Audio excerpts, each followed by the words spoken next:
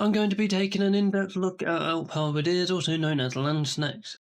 I'll show you what veterancy line I found is best for this unit, what doctrines to use, and how to use this unit effectively in battle.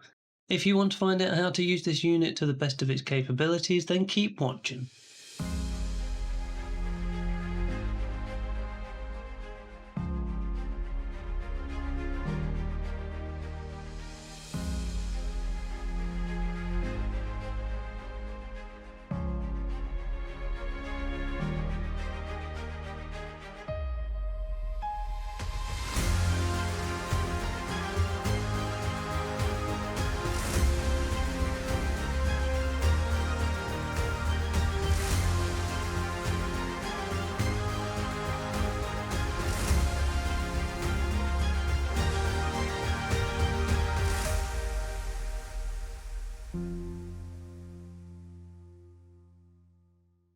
Welcome my fellow Conquerors to another video on Conquerors Blade. In this video I'm going to be taking an in-depth look at Alp Halberdiers, also known as Landsknects on the my.com version, to try and help you make the most of the unit. Alp Halberdiers are a seasonal upgrade of the regular Halberdier unit in Conquerors Blade. I'm not going to lie, it's taken me a little while to get used to this unit. There's been a lot of fails on my part, including having to change Veterancy Lines. I don't know about you, but I thought this unit was going to be more about its brace. In my opinion, the Halberdier units are bracing units, and therefore this unit upgrade should have coincided with this. To be honest, I don't know what I was expecting from this unit, but considering last season's upgrades, and yes I know they were tier 4 unit upgrades, so maybe my expectations were a little too high, but I was sort of expecting a little more from this unit in terms of its brace ability. Not as good as the Halberdier Sergeants of course, but a little closer to them than what they are now. What were your expectations for this unit? Let me know in the comments below. Now, that doesn't mean that the unit isn't good, and I'll let you into a little secret. I love these guys! Now, I've got used to them. I love having them in my warband, and throughout this video I'll be showing you why. Before I go into the Veterancy Lines, Doctrines and unit abilities, let's just take a look at the basic attribute changes for this unit upgrade. Please note that these stats are without Doctrines but include unit tree bonuses. We have a minor change to the leadership cost for this season. Unfortunately, next season the leadership reduction will end, so we'll go back to being around 175 again. There's a big change to health though, an increase of 2,213 health points, which is quite a lot for a tier 3 unit. The unit will certainly be able to survive a lot longer now, which is good. Looking at the attack attributes, I'm surprised to see that not all of the basic stats increase.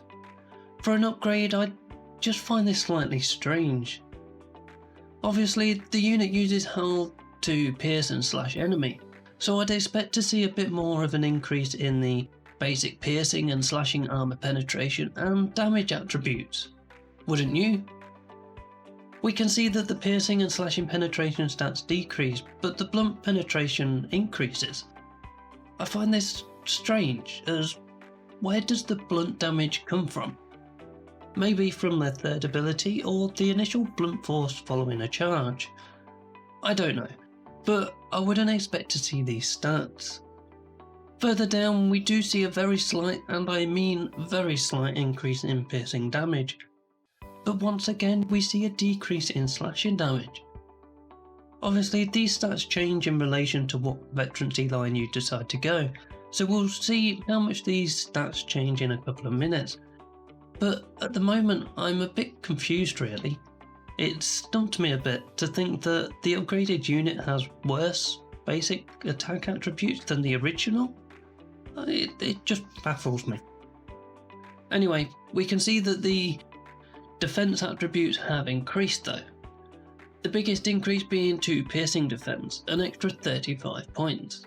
With the unit being a shieldless unit, I certainly didn't expect the defense attributes to increase much, but to see that they've increased with the upgrade is certainly pleasant to see. So let's have a look at the veterancy lines. To start off with, we have an increase to health, always a bonus. An extra 3% health, increasing our health stats by an extra 220 points. Looking at the bottom line, we get to see the benefits to their brace. The first node giving us an extra 5% to piercing penetration. We then get an extra 5% boost to their bracing damage for each level, meaning in total we can increase our piercing, slashing and blunt damage by 15% when in power brace. We then get an extra 6% piercing damage, while the next node gives us a 12% boost to the unit slashing damage. Certainly not to be sniffed at, right? We'll be having a look at their abilities in more detail, but the next node on this veterancy line increases the slow duration of the pierce thrust bow, the unit's third ability, by just under a second. Now, does it really make that much difference? We'll take a look in a bit. The second to last node on this veterancy line gives us an extra 5% boost to piercing penetration for each level, meaning we can increase our piercing penetration by a further 10%. While the final node then gives our unit the ability to damage 2 soldiers at the same time while in power brace. Looking at the top line, we see the benefits to their charge ability. The first node giving the unit a bonus 30% block break. We then move on to an additional 9% piercing damage, which will come in handy. The third node unlocks the wedge formation, which is a very nice formation to have. I love this formation for cavalry, so looking forward to seeing the benefits for this unit.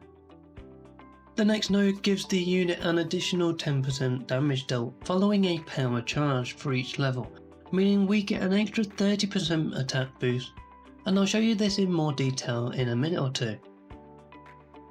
The next node is definitely worth it. With this unit's third ability, the additional 150 bleed damage we get with this node can mean the difference between a hero or unit getting away and dying. The next node gives us more block break, but this time following a power charge. So once the unit charges, we get an additional 90% chance of breaking a unit's block and dealing damage. Very beneficial against shield units. Finally, the last node enables our unit to strike 2 units at the same time while charging. This can mean the difference between killing 1 hero or 2. Now, it's entirely up to you which veterancy line you go, but in my experience I find that this unit is all about the charge. Halberdiers are renowned for their brace, but for me, this unit is very underwhelming in this department. Maybe I was playing them wrong, but I'm having a lot more success with this unit having changed to the top veterancy line. I'm not sure whether this unit is truly a halberdier upgrade or a prefetcher pike upgrade, to be honest. It's almost like the developers have decided to amalgamate the two and create the ultimate hero killing machine. Moving on to Doctrines.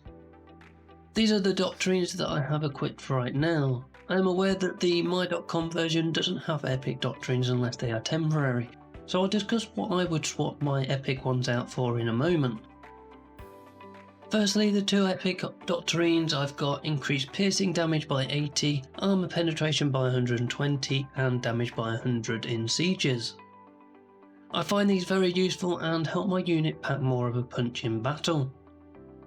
I then have my rare Doctrines which increase piercing by 80 and slashing damage by 75. Finally, I have a defensive Doctrine that increases the unit's piercing defense by 80.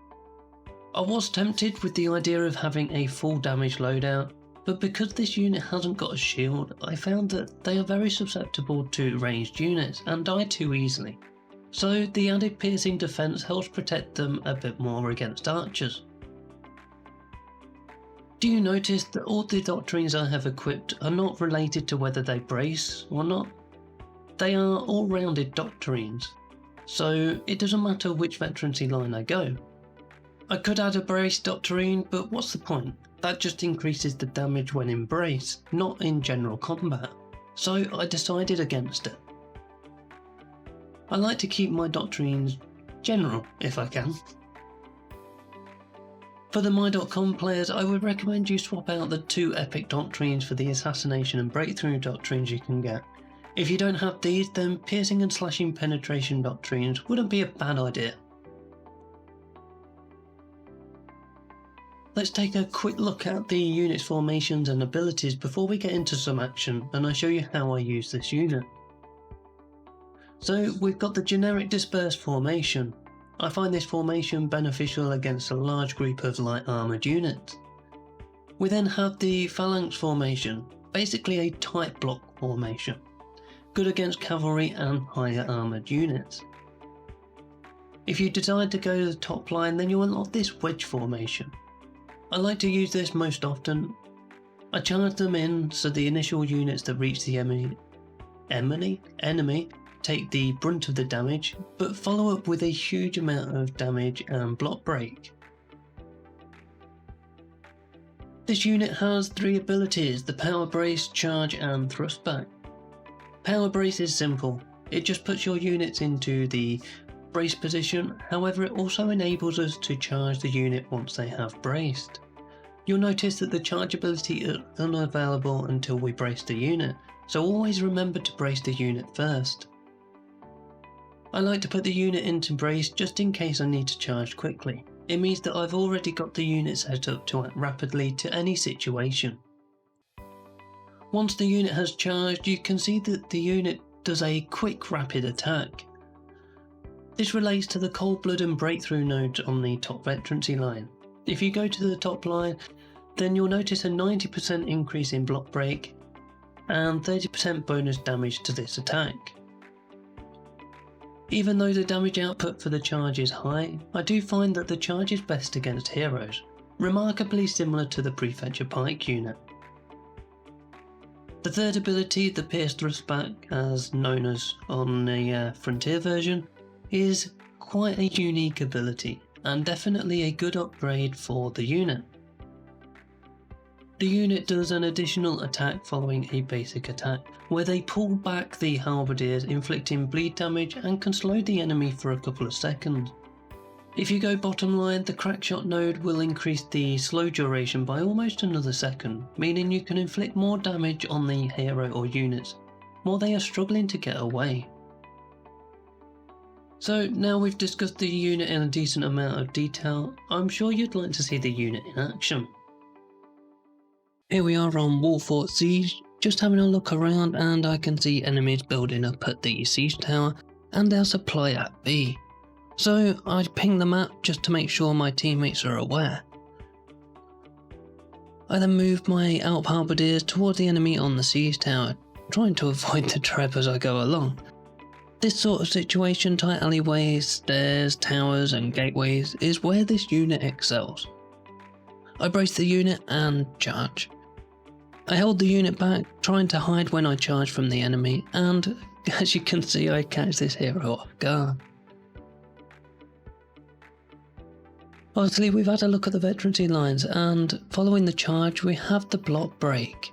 So just slowing this clip down, when I charge through you can see that the amount of block break this unit has and just instant damage.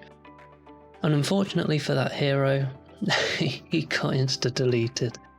So now it's just a case of trying to hold our own on that siege tower, and with the help of our teammates we can just destroy the enemy units. Now this clip is just showing their 3 ability quickly, the damage output from it. An unsuspecting unit of pikes, I know, but what was that, 2 seconds, 30 unit kills, brilliant. Now I wouldn't recommend charging into braced pikes, however with this unit it seems to work really well. Look how quick we just deal with them pikes. I think it's because of the additional block break we've got going on the top veterancy line, it sort of bypasses their pikes. And just look at our health, our unit health. Now, normally I'd expect charging into pikes, I'd expect to take quite a few unit casualties, but we don't take a single unit casualty, and we hardly take any damage. So yeah, I was quite surprised with that. Certainly one to keep in the notebook for another day.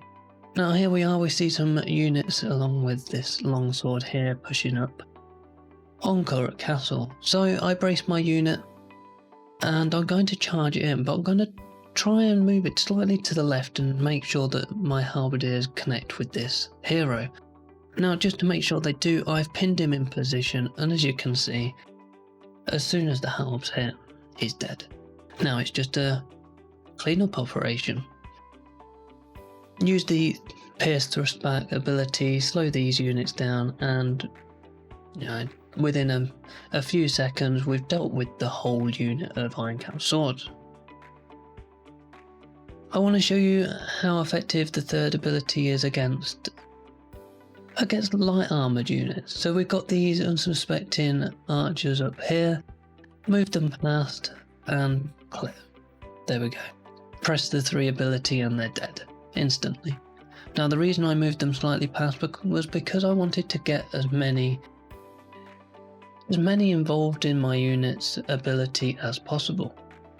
Now on Valley Fortress we're just trying to sneak round the back of these unsuspecting heroes. Unfortunately one of them did see us coming and react, but the others haven't at the minute, so I brace the unit and I charge in. Now that spear's on the ballista and he's got no idea we're behind him, so he's going to die. There we go. Following the charge, the unit just clears up the remaining units nearby pretty easily. Now on B, our friends are having a bit of trouble, so I'm moving them in. Moving my Alps in amongst all of the heroes before I activate their third ability. See, once they're in amongst the heroes, I activate the third ability. The reason for that is because of the slow ability. They have the chance of slowing enemy heroes or units down. So, as you can see with that longsword, he had a little swirly bit underneath his feet. So he was slowed, meaning that, well, I'm going to catch up with him and he's dealt with. I may as well call this the cleanup crew. But yeah, that's where the third ability comes in effective. Now, Alp Halberdiers can be overrun very, very easily. I'm just trying to buy some time for our teammates, but you can see the damage they're doing. 1500 damage, all of that bleed, critical hit. So they do a lot of damage. As you can see, the unit's charge ability certainly has a great impact in games. You can find many situations where you can use the charge to help your team progress and move forward. I'd advise you hold them back behind other friendly units, try to keep them hidden and wait for the opportune moment to charge them. Like I said at the start, I tried the brace and didn't find it all that spectacular. But whatever veterancy line you decide to go, I'm sure you'll make the unit work for you. Just like me, it may take you a little while to get used to them. Anyway, I'm going to leave you with a short unit montage highlighting some of my best moments with this unit. I hope you found this video informative. If you have, then please give the video a like and don't forget to subscribe to the channel if you haven't done so already, to ensure that you don't miss out on any of our future videos. Thank you for watching. Remember, be strong when you are weak, be brave when you are scared, be humble when victorious. I'll see you on the battlefield.